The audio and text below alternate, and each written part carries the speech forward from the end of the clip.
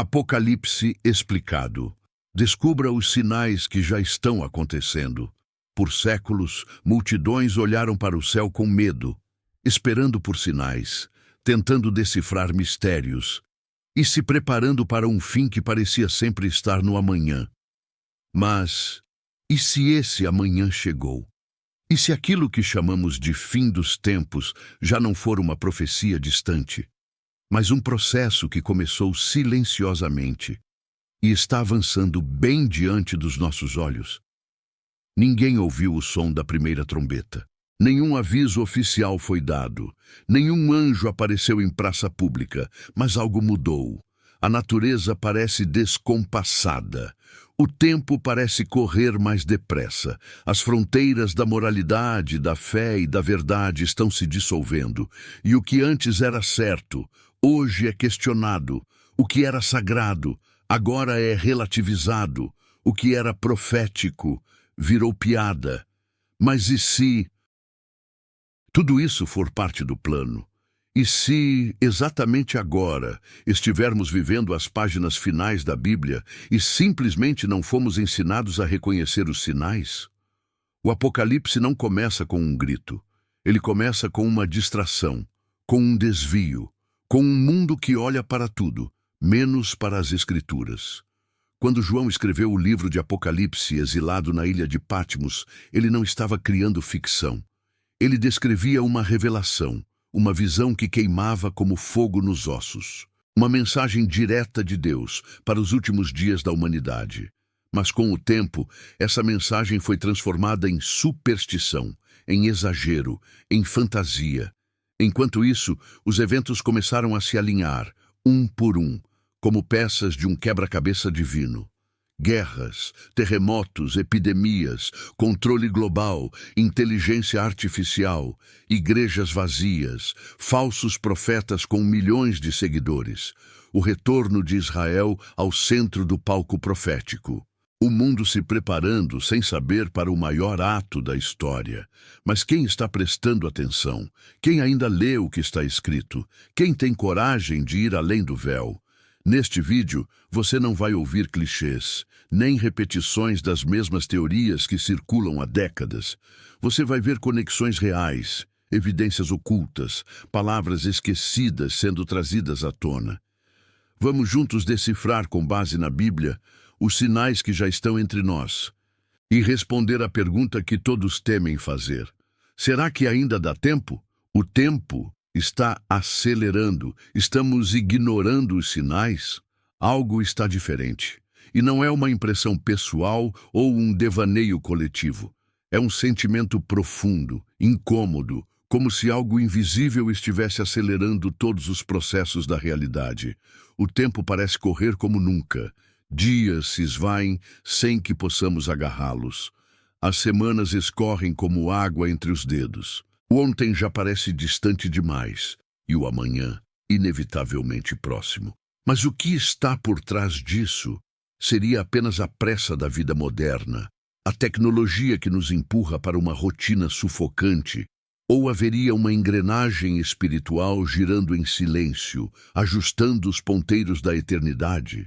A verdade é que esse fenômeno não é novo. Há séculos, sábios judeus e estudiosos das Escrituras acreditam que, nos dias finais, Deus abreviaria o tempo. Não como metáfora poética, mas como um ato literal de misericórdia e juízo.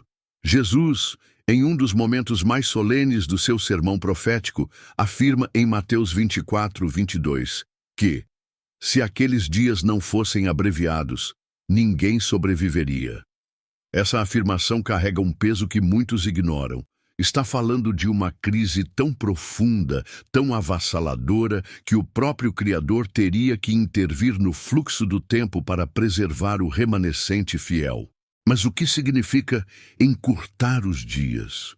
Como isso pode ser percebido em nossa experiência cotidiana? A resposta não está apenas nos relógios. Está no interior. Está na alma. Pessoas de todas as idades têm expressado, com frequência cada vez maior, a sensação de que o tempo voa. Crianças amadurecem mais rápido. Os anos parecem menores. As estações do ano não têm mais o mesmo ritmo. As tarefas se acumulam em uma velocidade brutal. Há uma urgência constante mesmo quando não sabemos exatamente para quê. É como se o espírito humano estivesse sendo comprimido. Uma pressão invisível, constante, intensa. Isso gera cansaço. Um cansaço não físico, mas existencial. Uma exaustão espiritual, como se estivéssemos sendo sugados para dentro de um redemoinho de dias vazios, hiperconectados e, paradoxalmente, cada vez mais desconectados de nossa essência. As Escrituras anteciparam esse colapso. Em Daniel 12:4, o anjo ordena ao profeta: sela estas palavras até o tempo do fim. Muitos correrão de uma parte para outra, e a ciência se multiplicará. A corrida não é só geográfica, é interna. É a velocidade do pensamento, das emoções, da informação. Vivemos em um mundo onde se sabe tudo, mas se compreende muito pouco. O conhecimento técnico nunca foi tão vasto, mas a sabedoria espiritual nunca esteve tão escassa. A multiplicação do saber não trouxe paz. Pelo contrário, gerou ansiedade, insegurança, comparação constante. Uma geração que enxerga tudo através de telas, mas não consegue olhar para dentro. Esse ambiente se torna terreno fértil para a distração. E é justamente isso que torna tudo tão perigoso. Porque o Apocalipse não começa com terremotos ou trombetas. Ele começa com olhos que deixaram de ver e ouvidos que se recusam a ouvir. Estamos sendo preparados para ignorar o essencial, para aceitar o superficial, para deixar passar, sem questionar, o colapso moral, espiritual e até físico que se manifesta todos os dias. E enquanto isso, o tempo segue, rápido, impiedoso, encurralando os distraídos, acelerando o relógio profético. Pense bem, o que você fez ontem? Consegue lembrar com clareza? E a semana passada, o mês anterior? A impressão é de que vivemos cada vez mais no automático, executando tarefas, cumprindo agendas, mas perdendo completamente a dimensão do tempo como dádiva divina. Como espaço sagrado, onde decisões eternas deveriam ser tomadas. A velocidade do mundo não é neutra, ela é um mecanismo, uma estratégia, uma armadilha. Se o inimigo não pode nos destruir com o mal, ele tentará nos enterrar na pressa, porque quem vive correndo não tem tempo para vigiar. Quem está exausto demais não ora. Quem está sempre atrasado nunca se prepara. A pressa rouba a lucidez, e sem lucidez não há discernimento. Sem discernimento não há resistência. O tempo está sendo apertado, encerrado, ajustado, e muitos não percebem, alguns sentem, outros ignoram, mas todos estão dentro dessa contagem invisível. Não é uma teoria da conspiração, é uma verdade bíblica, uma revelação que se confirma na experiência diária de milhões de pessoas. E esse sinal, silencioso, subjetivo e espiritual, talvez seja um dos mais perigosos de todos. Porque ele não gera alarde, ele apenas apaga, pouco a pouco, a capacidade de despertar. Se os dias estão mais curtos, então os passos precisam ser mais firmes. Se o tempo está correndo, então já não há espaço para indecisão. O relógio profético não gira no mesmo compasso do mundo. Ele opera por ciclos celestiais. E cada vez que esse ciclo se estreita, o fim se aproxima. A estrutura oculta do Apocalipse. A maioria das pessoas, quando tenta ler o Apocalipse, se perde. Algumas desistem logo nas primeiras páginas, confusas com os símbolos, os seres, as visões. Outras encaram o livro como uma sequência de tragédias futuras, como se tudo nele se resumisse a destruição, juízo e castigo. Mas o que poucos percebem é que o Apocalipse não foi escrito como uma história linear. Não é um roteiro de cinema. É uma revelação em camadas, uma estrutura espiritual cuidadosamente entrelaçada, que só pode ser compreendida quando se deixa o medo de lado e se aceita o convite para atravessar o véu. João, isolado na ilha de Patmos, não estava tendo uma visão comum. Ele foi transportado a uma realidade espiritual, onde passado, presente e futuro se entrelaçam. Não é uma sequência de eventos organizados por data, mas um mosaico profético. Cada parte do Apocalipse revela uma dimensão do plano de Deus, e todas essas partes estão conectadas, como peças de um relógio celestial.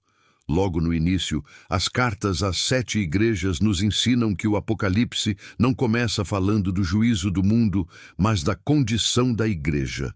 Antes de mostrar o fim, Deus mostra o coração. Cada igreja representa uma fase da história cristã, mas também espelha o estado espiritual do povo de Deus em qualquer época. A igreja morna, a igreja que perdeu o primeiro amor, a igreja fiel mesmo sob perseguição, elas estão entre nós hoje. E isso já é parte do julgamento. Como Deus trata com seu povo antes de tratar com as nações. Depois, vêm os 7 selos, as 7 trombetas, as 7 taças. E aqui está o ponto que muitos não entendem. Essas séries não são sequenciais, mas concêntricas. Não estão dizendo o que vem antes ou depois. Estão mostrando o mesmo ciclo de julgamento e revelação sob diferentes perspectivas. Cada selo, cada trombeta, cada taça traz um aprofundamento, uma intensificação. É como se o Espírito dissesse: preste atenção, olhe mais fundo, vá além da superfície. A visão do trono em Apocalipse 4 e 5 não está ali por acaso. Ela é o centro, o ponto de equilíbrio, a âncora. Tudo o que acontece depois só faz sentido quando se entende que Deus está no trono. Que nada, absolutamente nada, escapa do controle. Mesmo quando a terra treme, quando as estrelas caem, quando os cavaleiros se movem, ele continua sentado, com o livro da história em suas mãos, selado, protegido, esperando o único digno de abri-lo. E então surge o Cordeiro, aquele que foi morto, mas vive, aquele que venceu, mas não com espada, com sangue. Ele não apenas recebe o livro, ele abre os selos, ele desencadeia os eventos, e isso muda tudo. Porque o Apocalipse não é a história do caos, é a história da vitória de Cristo sobre todas as forças que tentaram roubar o domínio de Deus sobre a criação. A besta que emerge do mar, o falso profeta, a prostituta sobre a besta escarlate, o número 666. Nada disso é aleatório. Cada símbolo se conecta com visões anteriores, com Daniel, com Zacarias, com Ezequiel. O Apocalipse é a conclusão de uma história que começou em Gênesis, uma história de conflito espiritual, de rebelião, de redenção e de restauração final. E é exatamente por isso que tantas pessoas não compreendem o livro, porque tentam lê-lo com olhos naturais. Mas o Apocalipse foi selado com códigos espirituais. Só se abre com discernimento, só se entende com humildade, só se revela aos que têm fome de verdade. Ele não foi escrito para assustar, foi escrito para despertar.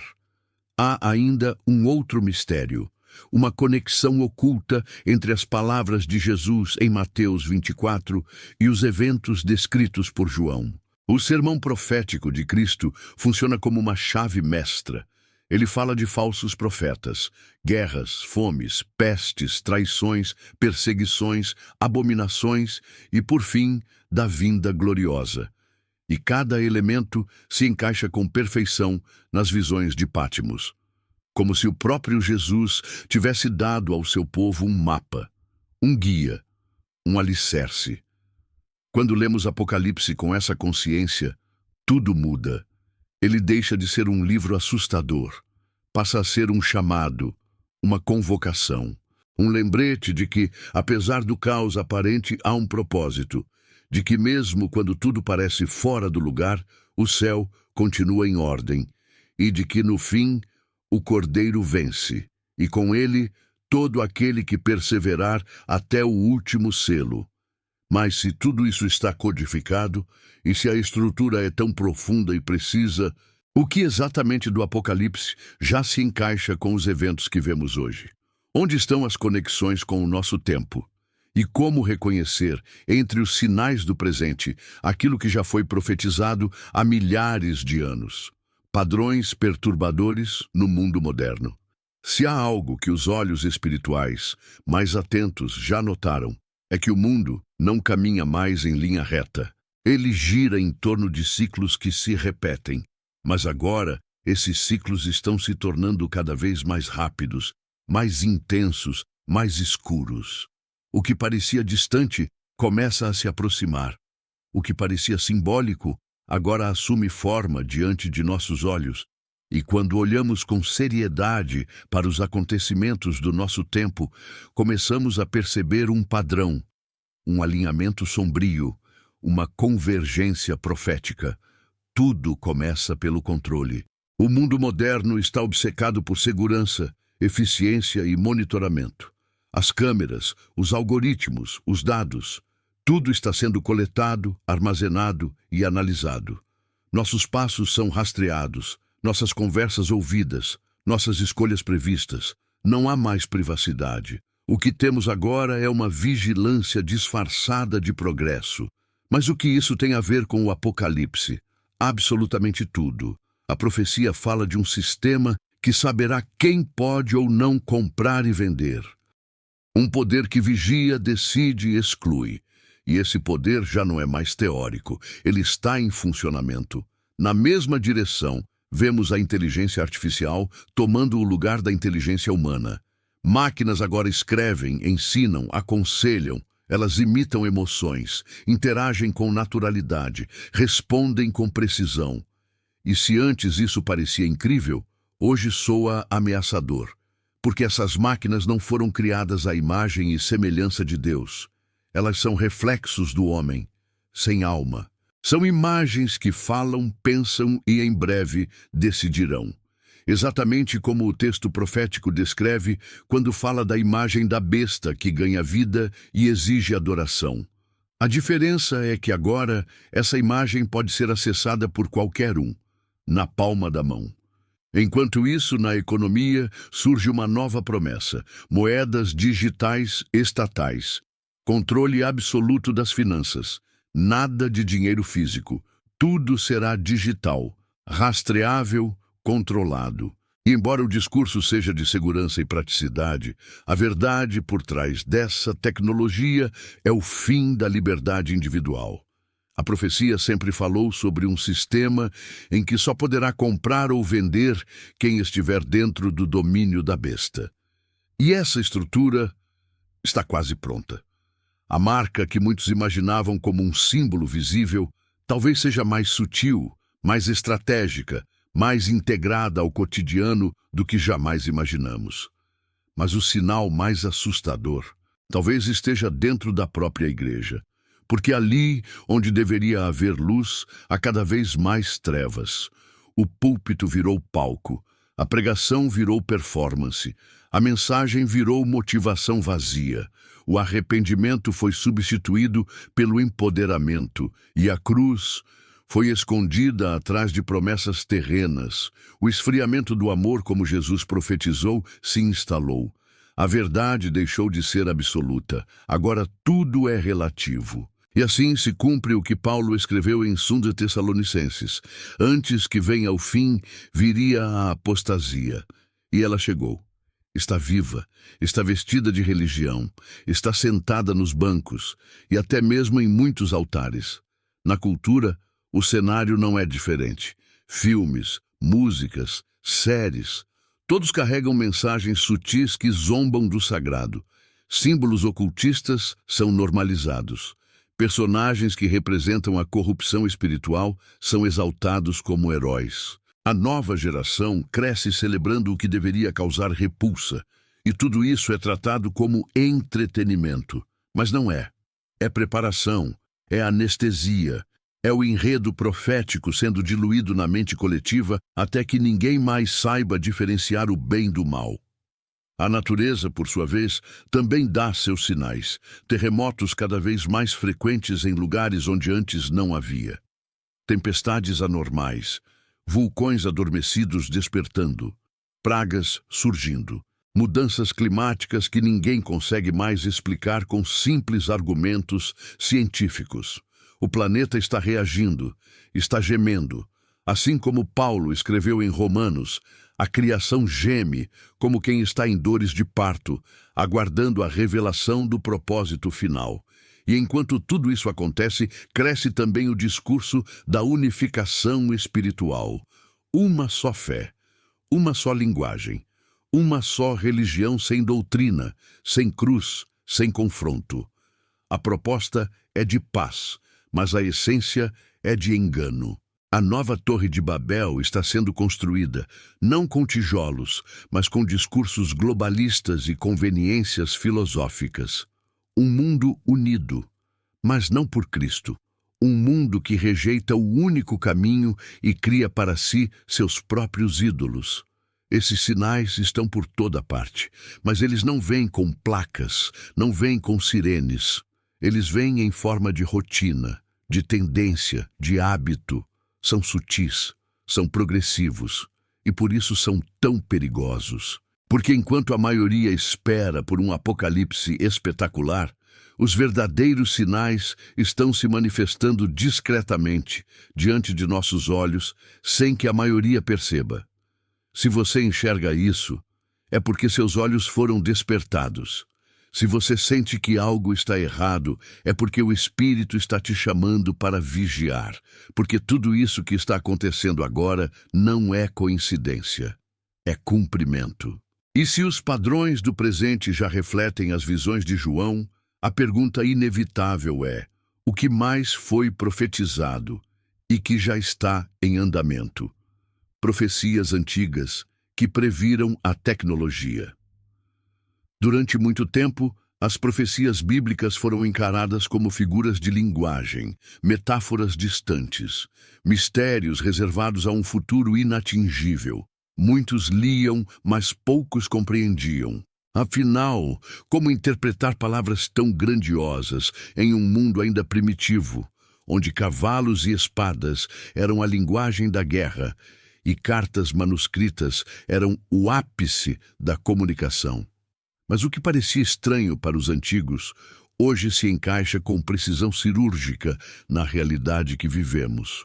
Porque agora, pela primeira vez na história da humanidade, temos tecnologia suficiente para fazer sentido de textos que pareciam impossíveis de cumprir. E quando isso acontece, o impacto é inevitável. Em Apocalipse 13, João descreve algo extraordinário. Uma imagem é criada, e essa imagem ganha fôlego. Ela fala, ela influencia, e ela exige adoração. Por séculos, muitos imaginaram essa cena como algo místico, simbólico. Mas hoje, diante da inteligência artificial, da robótica avançada, da computação quântica e da realidade aumentada, essa imagem deixa de ser uma alegoria e se torna uma possibilidade concreta. Estamos falando de máquinas que reproduzem a aparência humana, que conversam, que opinam, que imitam sentimentos e que aprendem com suas interações. O que antes era ficção científica, agora é fato.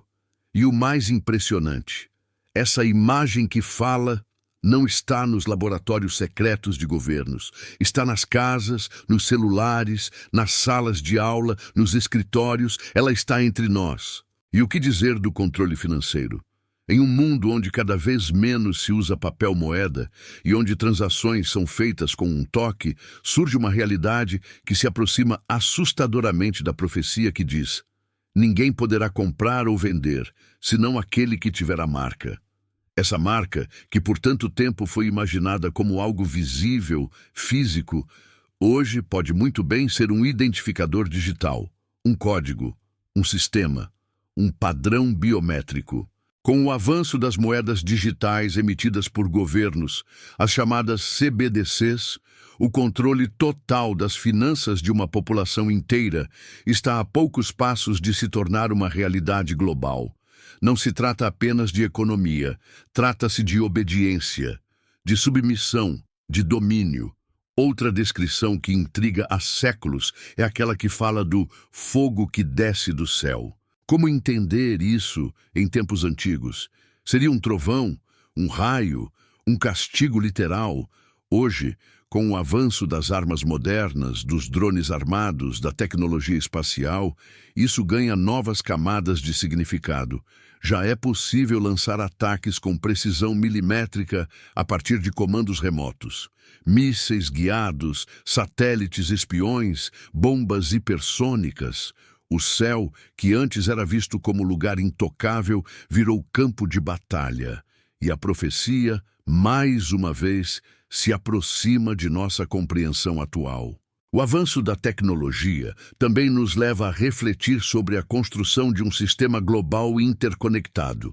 Redes sociais, Big Data, algoritmos preditivos. Tudo isso forma uma rede invisível que molda comportamentos, influencia decisões e manipula emoções. Essa rede não dorme, não descansa. E, diferentemente dos impérios antigos, ela não precisa usar espadas para dominar. Ela domina com ideias, com imagens, com acesso, com influência. O mundo está sendo moldado por forças que operam no subsolo digital. E a besta do Apocalipse, tão temida, talvez esteja mais perto de um sistema ideológico e tecnológico do que de uma figura mitológica. E há ainda um detalhe. Um ponto que, quando percebido, provoca calafrios. Durante toda a história, Deus se revelou por meio da palavra. A fé vinha pelo ouvir. A comunhão vinha pelo relacionamento. O conhecimento espiritual vinha pela busca. Mas agora há um substituto. Um assistente digital que responde tudo, que guia, que aconselha, que ensina, sem discernimento, sem verdade, sem temor. Um oráculo moderno que, aos poucos, ocupa o lugar do Espírito Santo no coração de muitos. Não se trata apenas de avanço. Trata-se de substituição. Isso não quer dizer que a tecnologia em si seja o mal, mas ela está sendo usada como instrumento, como veículo, como ponte entre o que é natural e o que é profanado. E isso nos remete a uma antiga realidade bíblica.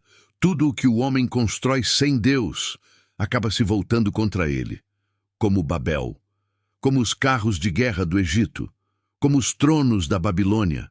O homem sempre construiu para se proteger, para se exaltar, para ser como Deus. E sempre falhou. Porque há limites que só o Criador pode cruzar. Hoje, estamos diante de uma geração que vê milagres tecnológicos todos os dias, mas que não reconhece mais os sinais espirituais. Que se maravilha com a criação das mãos humanas, mas que ignora o chamado divino.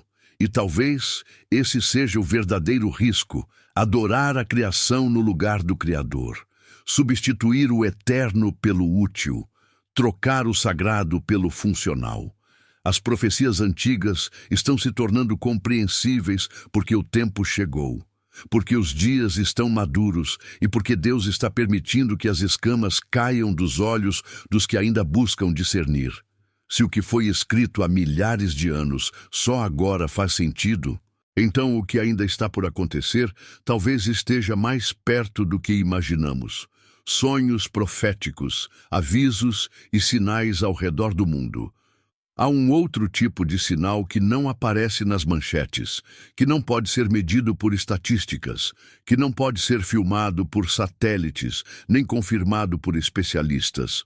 É o sinal que acontece em silêncio nas madrugadas, que surge entre lágrimas, arrepios e orações.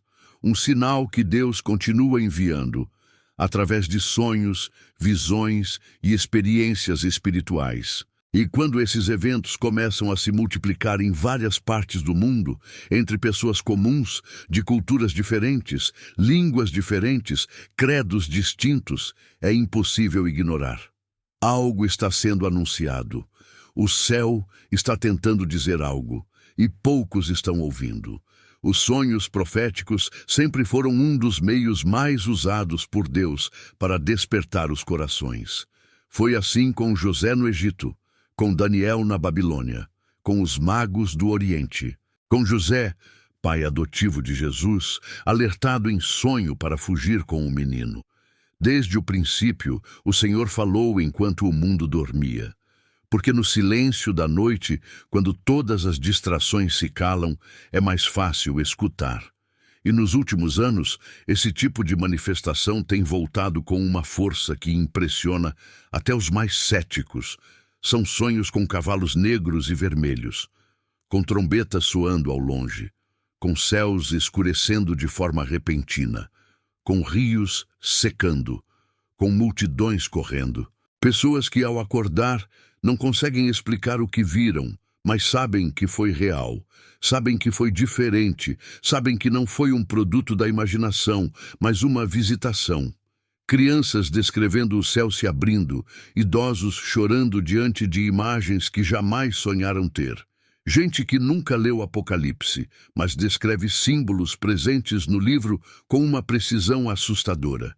Há também os relatos de vozes, pessoas sozinhas, acordando no meio da noite com frases claras, ecoando dentro da mente. Frases que não fazem sentido imediato, mas que depois se conectam a passagens bíblicas, a acontecimentos do mundo, a verdades que estavam esquecidas, trombetas que ninguém mais ouviu, sussurros de advertência, palavras de ordem, chamados ao arrependimento, experiências que não são fabricadas, que não se repetem como modismos, mas que marcam profundamente quem passa por elas. E há os sinais nos animais, comportamentos estranhos, enxames de pássaros voando em círculos por horas, peixes aparecendo mortos em massa sem explicação científica plausível. Cães que começam a uivar em silêncio total, como se estivessem pressentindo algo. A natureza sempre reagiu antes do homem. Os céus, o mar, a terra, todos são instrumentos de Deus para alertar quando a balança da justiça começa a pender. E esses pequenos detalhes, ignorados pela maioria, são vistos por aqueles que vigiam. O profeta Joel declarou que nos últimos dias Deus derramaria do seu espírito sobre toda a carne, que os velhos sonhariam, que os jovens teriam visões. E isso não seria privilégio de uma elite espiritual, mas um movimento do próprio céu para despertar os que ainda dormem. Estamos vendo isso acontecer. Em países onde o evangelho é proibido, pessoas têm sonhado com o Messias, com a cruz, com uma luz que brilha nas trevas. Em lares destruídos, pessoas têm se levantado com um novo entendimento. Em comunidades esquecidas, brotam testemunhos de encontros sobrenaturais que transformam destinos. Essas manifestações não são espetáculo, são misericórdia. São as últimas tentativas do céu de tocar os corações endurecidos. Não vem para trazer pânico, vem para trazer um alerta. O tempo está se fechando. E Deus, em sua infinita graça, ainda está chamando. Como o bom pastor que deixa as 99 para buscar a que se perdeu. Como o noivo que envia sinais de que o casamento está próximo. Como o rei que avisa antes de voltar. Mas o mundo está ouvindo. A igreja está discernindo? Os crentes estão atentos? Ou tudo está sendo tratado como coincidência, como exagero, como histeria coletiva? O perigo dos sinais não é o seu impacto, é a sua banalização. Quando algo extraordinário se torna comum, perde-se o temor. Quando a profecia vira assunto de entretenimento, perde-se a reverência. Quando o Espírito fala e ninguém responde, perde-se a oportunidade. Se há uma coisa que precisamos entender, é que Deus ainda fala. Ele nunca parou. Mas nem todos querem escutar. A profecia se cumpre em silêncio, e quem não estiver vigiando será pego de surpresa. Se você tem sentido algo estranho, se tem sonhado com coisas que não entende, se tem pressentido que o mundo está diferente, saiba, Você não está sozinho. Há uma geração sendo acordada enquanto todos dormem. E se os sonhos, visões e sinais já estão acontecendo com tanta frequência, o que virá depois? Qual é o próximo movimento do céu? E qual o sinal que muitos não veem, mas que já está em plena atividade no coração da humanidade? O sinal que a maioria não vê. Há um sinal que não está nos céus, nem nas guerras, nem nos terremotos, pestes ou pandemias. É um sinal que não aparece nos noticiários, que não causa pânico em multidões, que não destrói cidades nem abala o sistema financeiro. Mas é talvez o mais devastador de todos, porque ele age por dentro. Ele não ataca de forma violenta, ele corrói em silêncio e, quando se percebe, já se tornou parte da cultura, da mentalidade, do comportamento. Esse sinal é a perda da verdade. Sim, a verdade. Aquela que já não é mais absoluta. Aquela que foi transformada em opinião, em versão, em construção social, em sentimento. O que antes era certo e errado, agora depende do ponto de vista. Depende do contexto. Depende da vontade de quem fala. E nesse novo mundo relativizado, até mesmo dentro das igrejas, a verdade tem sido negociada, suavizada, redefinida. O profeta Isaías já havia anunciado esse tempo. Ai dos que ao mal chamam bem, e ao bem mal, que fazem da escuridão luz, e da luz escuridão, que fazem do amargo doce, e do doce amargo. Isaías 5:20. Essa inversão moral não começou agora, mas ela nunca foi tão aceita, tão celebrada, tão protegida por leis e argumentos filosóficos, e o mais preocupante, tão disfarçada de bondade. Vivemos dias em que a mentira não apenas se espalha, mas é abraçada, e a verdade, quando surge, é atacada, ridicularizada, cancelada. Muitos que se dizem cristãos já não conhecem mais as Escrituras. Repetem frases motivacionais como se fossem versículos. Seguem líderes como se fossem ídolos. Trocam a leitura da Bíblia por vídeos curtos. Trocam a oração por afirmações positivas. Trocam a santidade por aceitação social. Há uma fome no mundo, mas não é de pão, é de sentido, de direção, de discernimento. E o profeta Amós previu isso com precisão. Eis que vem dias, diz o Senhor Deus, em que enviarei fome sobre a terra, não fome de pão, nem sede de água, mas de ouvir as palavras do Senhor. Amós 8:11. Esse dia chegou. A Bíblia está mais acessível do que nunca. Aplicativos, áudios, sites, traduções. Mas o coração do homem está surdo, está distraído, está endurecido. Essa é a maior estratégia do engano nos tempos finais. Fazer com que o povo de Deus se alimente de tudo, menos da verdade. Que viva de frases prontas, de tendências, de experiências emocionais vazias, e com isso perca o fundamento, perda o temor, perda a lâmpada para os pés, porque quando a verdade desaparece, tudo desmorona. O próprio Jesus declarou: Eu sou o caminho, a verdade e a vida. Se ele é a verdade, então a rejeição da verdade é a rejeição dele. Não importa quantas igrejas existam. Não importa quantos cristãos se declarem fiéis. Se a verdade não estiver no centro, tudo é vaidade. Tudo é religião morta. Tudo é fachada espiritual. O sinal mais perigoso do fim não é o anticristo.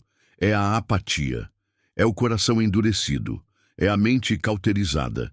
É a geração que ouve, mas não obedece. Que vê, mas não discerne. Que conhece, mas não teme. É o desvio que acontece sem escândalo, sem rebelião, sem ruptura, apenas por indiferença. E por isso, ele é o mais ignorado. Porque não chama a atenção, não impressiona, mas está agindo agora. Está tomando conta, está moldando famílias, igrejas, governos, escolas, redes sociais, influenciadores. Está virando o padrão, a nova normalidade. O que nos resta, então? Vigiar, voltar à palavra, reaprender a discernir, retomar o temor, Reconhecer que nem tudo que parece bom vem de Deus, que nem toda voz suave é do Espírito, que nem todo conteúdo cristão é bíblico, porque se o inimigo não pode parar a verdade, ele vai tentar diluí-la, torná-la irrelevante, e isso já está acontecendo. Você quer saber se estamos nos últimos dias? Olhe para o púlpito, olhe para o conteúdo dos sermões, olhe para os corações dos que se dizem servos, olhe para si mesmo. O quanto da verdade ainda vive dentro de você? Porque se a verdade estiver desaparecendo, então o tempo já se cumpriu. E se tudo isso que estamos vivendo já foi alertado nas Escrituras? Em que ponto do livro do Apocalipse estamos agora? Teríamos já entrado nas trombetas? Estaríamos entre os selos? Ou já ouvimos o som das taças sendo derramadas sobre a terra sem perceber? Em que parte do Apocalipse estamos? Selos, trombetas ou taças?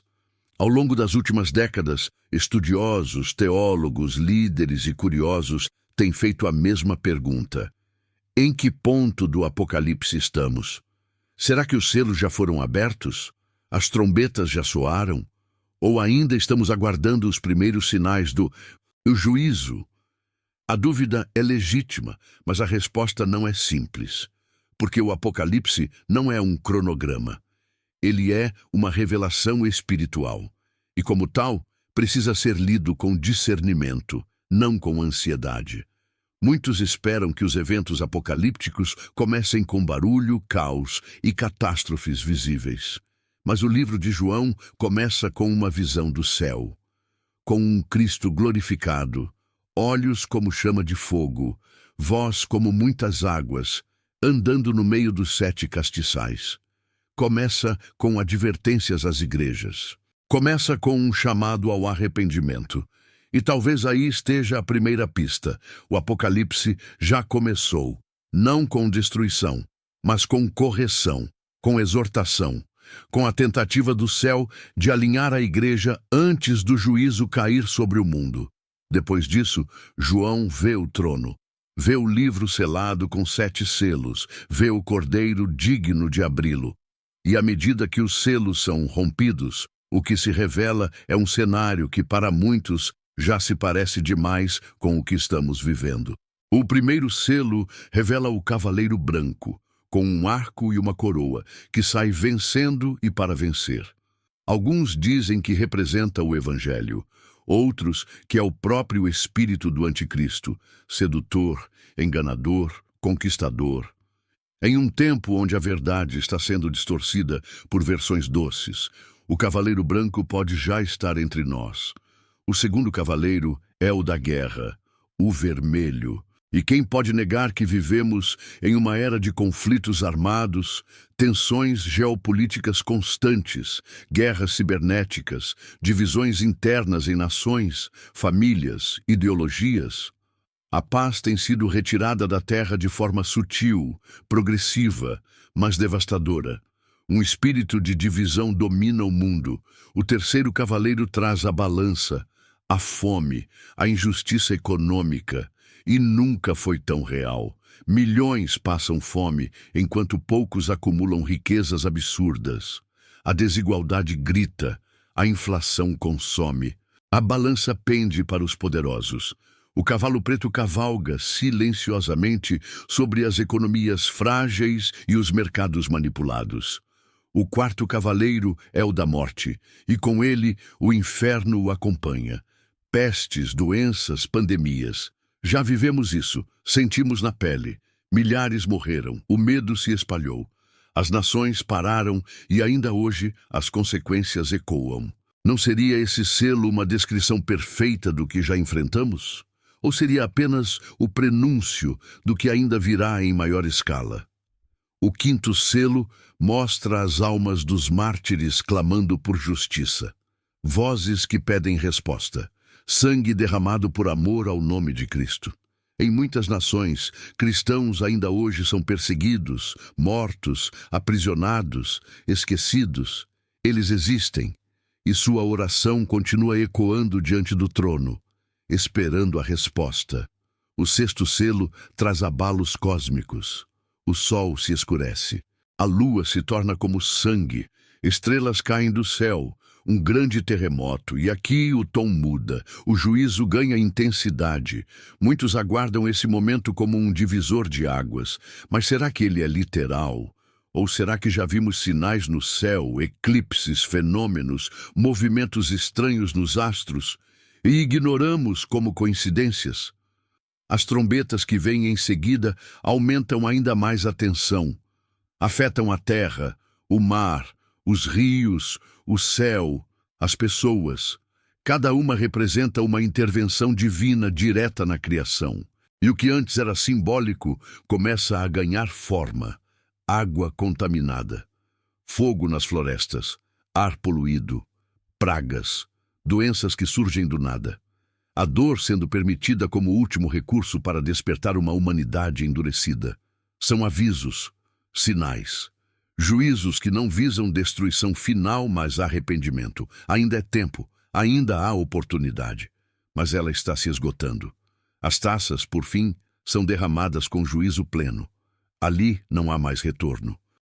É a ira de Deus derramada sobre o sistema corrompido, sobre o reino da besta, sobre os que rejeitaram deliberadamente a verdade. Se estivermos próximos disso, o tempo da misericórdia está no fim. Mas há algo que poucos dizem. Talvez não estejamos todos no mesmo ponto do Apocalipse. Alguns vivem ainda nas cartas às igrejas. Outros já enfrentam os selos, outros percebem as trombetas. Deus lida com cada nação, cada povo, cada geração, com base na sua resposta. O relógio do céu não segue o mesmo tempo do mundo. Ele segue o tempo da resposta do coração.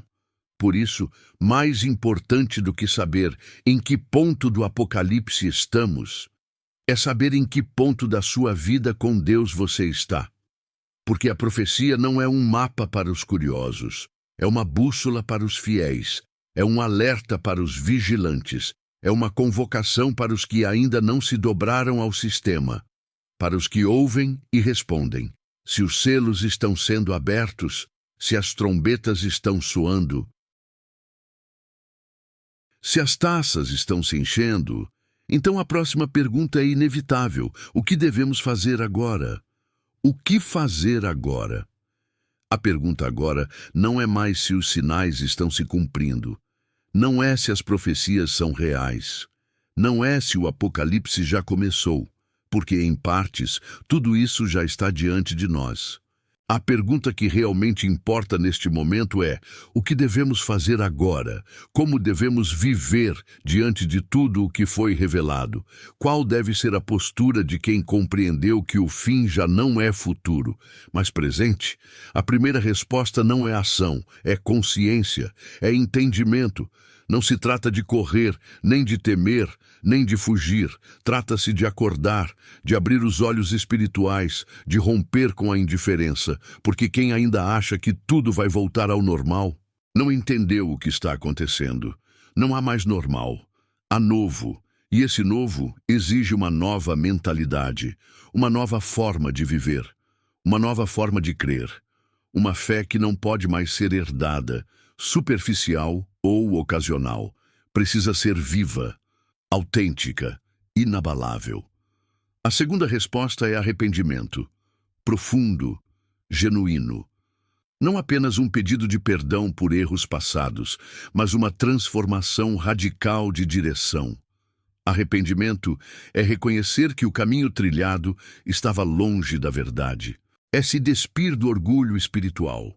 É abandonar práticas, pensamentos e hábitos que entristecem o Espírito Santo. É deixar os altares do mundo para retornar ao altar de Deus. É rasgar o coração e não as vestes.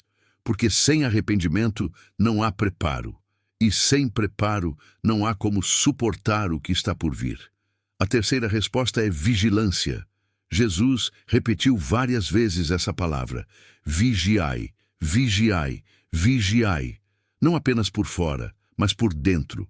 Vigiar os pensamentos, as palavras, os relacionamentos, as alianças Vigiar as doutrinas que ouvimos, os líderes que seguimos, os conteúdos que consumimos, porque o engano dos últimos dias não virá apenas de fora, virá de dentro, de púlpitos, de discursos bonitos, de mensagens sedutoras, e só quem estiver em vigilância conseguirá resistir. A quarta resposta é consagração, separação, santificação. Em um tempo onde tudo é permitido, ser santo virou escândalo, mas Deus continua sendo o mesmo. Ele ainda exige pureza, ele ainda chama para o altar. Ele ainda procura vasos limpos. Não se trata de perfeição, mas de rendição, de compromisso real, de obediência prática, porque não haverá espaço para os mornos, para os indiferentes, para os que vivem na fronteira entre a luz e as trevas, ou se está com o cordeiro, ou com o sistema da besta. Não existe meio termo. A quinta resposta é comunhão, mas não qualquer comunhão, não a superficial, protocolar, de encontros semanais, mas a comunhão dos que choram juntos, dos que oram juntos, dos que suportam juntos. A comunhão que fortalece, que exorta, que encoraja, porque nos dias difíceis, ninguém ficará de pé sozinho. Precisaremos uns dos outros. Precisaremos nos reunir em fé, em verdade, em clamor. O corpo de Cristo precisa ser corpo de verdade, vivo, sensível, unido. A sexta resposta é proclamação, anunciar, falar, gritar, se necessário, porque muitos ainda estão dormindo, e quem acordou tem a missão de acordar outros. Não se trata de ser apocalíptico, nem alarmista, mas de ser fiel, fiel à verdade, fiel ao Evangelho, fiel ao chamado. Não dá mais para esconder a luz debaixo da cama. Não dá mais para se calar enquanto o mundo afunda em engano. Se o Espírito Santo te mostrou o que está por vir, então você tem responsabilidade com isso. Tem uma missão, tem uma voz, e ela precisa ser ouvida. E, por fim, a resposta que sustenta todas as outras: permanecer. Porque muitos começaram bem, muitos despertaram, muitos entenderam, mas poucos continuam. O Apocalipse não será vencido por quem entende, mas por quem persevera. A salvação não é para os curiosos, nem para os estudiosos apenas, é para os fiéis, para os constantes, para os que não retrocedem, para os que não negociam sua fé, para os que, mesmo com medo, seguem firmes. O próprio Cristo disse: "Sê fiel até a morte e dar-te-ei a coroa da vida." Isso é mais do que promessa, é garantia, é destino. Agora que tudo está mais claro, agora que os selos foram apresentados, as trombetas ouvidas, os sinais compreendidos, a pergunta final precisa ser feita. E você? Está preparado? Está vivendo como quem espera? Está andando como quem crê? Está falando como quem sabe o que está em jogo? Porque se o tempo é curto, então a decisão não pode demorar. E se você chegou até aqui, é porque o céu está te chamando para mais, para ir além do véu, para viver o Evangelho em sua forma mais pura. Para se posicionar. Mas antes de encerrar, existe uma última mensagem, uma convocação, uma entrega, um chamado claro que precisa ser feito, algo que não pode faltar em nenhuma revelação, um lembrete do que somos, do que cremos e do que precisamos anunciar com urgência. Prepare-se para ouvir as palavras que podem mudar sua eternidade. Última mensagem, a convocação final. Se houvesse apenas uma mensagem a ser dita neste tempo, uma única frase capaz de atravessar o barulho do mundo, a frieza do coração humano e a cegueira espiritual de uma geração inteira, ela seria: volte para Jesus. Não para a religião, não para o sistema, não para a aparência, mas para Ele, para o Cordeiro, para o Alfa e o Ômega, para aquele que era, que é e que há de vir. Essa é a convocação final, o chamado mais urgente de todos, porque o tempo não está apenas se esgotando, ele está sendo encerrado por aquele que tem o controle da eternidade em suas mãos. E enquanto muitos discutem sobre eventos, sinais e interpretações, poucos se ajoelham, poucos se rendem, poucos entregam sua vida por completo. Mas é disso que se trata o Apocalipse. Não apenas de juízo, mas de redenção. Não apenas de destruição, mas de salvação. Não apenas de fim, mas de volta para casa. Jesus está às portas. E essa frase, que foi usada tantas vezes ao longo dos séculos, perdeu sua força em muitos corações. Mas ela continua verdadeira, continua viva, continua sendo proclamada dos céus para a terra. Ele vem, não como cordeiro, mas como leão. Não para morrer, mas para reinar. Não para ser julgado, mas para julgar. E essa realidade precisa provocar algo em nós. Precisa abalar as estruturas do comodismo. Precisa incendiar o espírito com temor e paixão. Quem é você neste cenário profético? Um espectador? Um crítico? Um indiferente?